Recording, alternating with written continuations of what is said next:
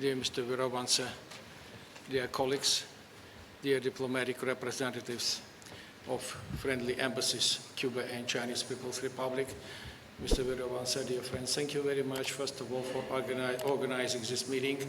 Very influential, very important for my country, especially on this sensitive period. And just it's for me a big honor to be here among you. And just my colleagues, so I don't understand Sinhala language, but I have no doubt that my colleagues have presented a very detailed report about the reasons of this proxy war in Ukraine and the reasons why we were forced to start this special military operation. I would like to say only a few words, because everything what was necessary, my colleagues, Mr. Weerawansa and Your Excellency, you have already presented. We have many times asked Western countries, for first of all, the former American administrations for the Democratic Party, to respect our security concerns. We don't want to see NATO military infrastructure close to our borders. We don't want to see Ukraine as a member of NATO, as a leverage against Russia. And the main reason was to defeat Russia, because Russia was and is one of the main obstacles on the way for American domination of the world. Any domination of any country in the world is unacceptable for us. Not only for us, but also for other independent countries. But they just didn't respect it. That's why we were forced to start this military operation. It's not Russia-Ukrainian war. If it was Russian-Ukrainian war, we would have defeated Ukraine very soon, because you cannot compare Russian military capability and military capability of the Ukraine. And we were ready to negotiate many times, Minsk Agreement 2014, Istanbul Agreement 2022, but they deceived us many times. I mean, Western countries and the puppet regime of Ukraine. Ukraine is a puppet regime, and they are a tool in American hands, in the hands of the Europeans.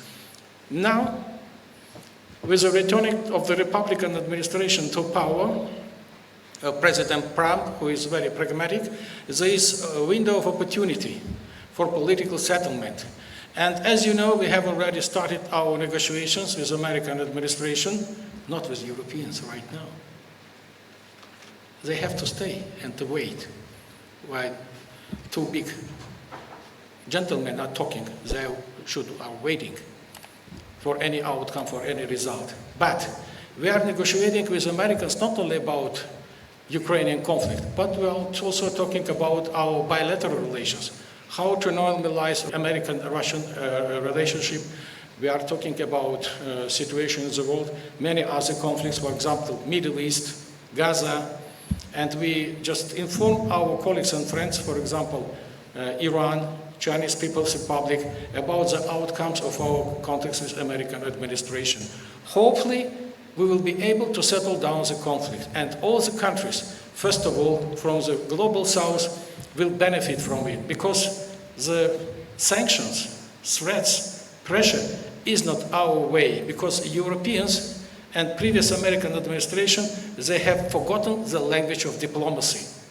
But we will remind it, whether they like it and they don't like it.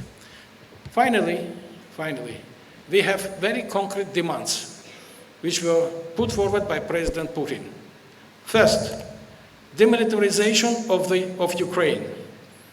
Ukraine, from the military point of view, shouldn't pose any threat to my country. Second, neutral status of Ukraine. They will never join NATO. We will never allow Ukraine to be part of the NATO, whether they like it or they don't like it. Three, we have returned back Russian historical lands, which were gifted to Ukraine by previous Soviet governments. 4 regions in Donbass and Novorossiya, plus Crimea. And 4, lifting all sanctions. And we will continue our special military operation, we continue our offensive, as long as it's necessary.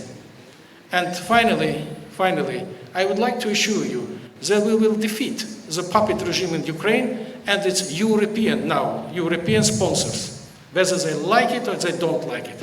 Thank you very much for your attention. Thank you.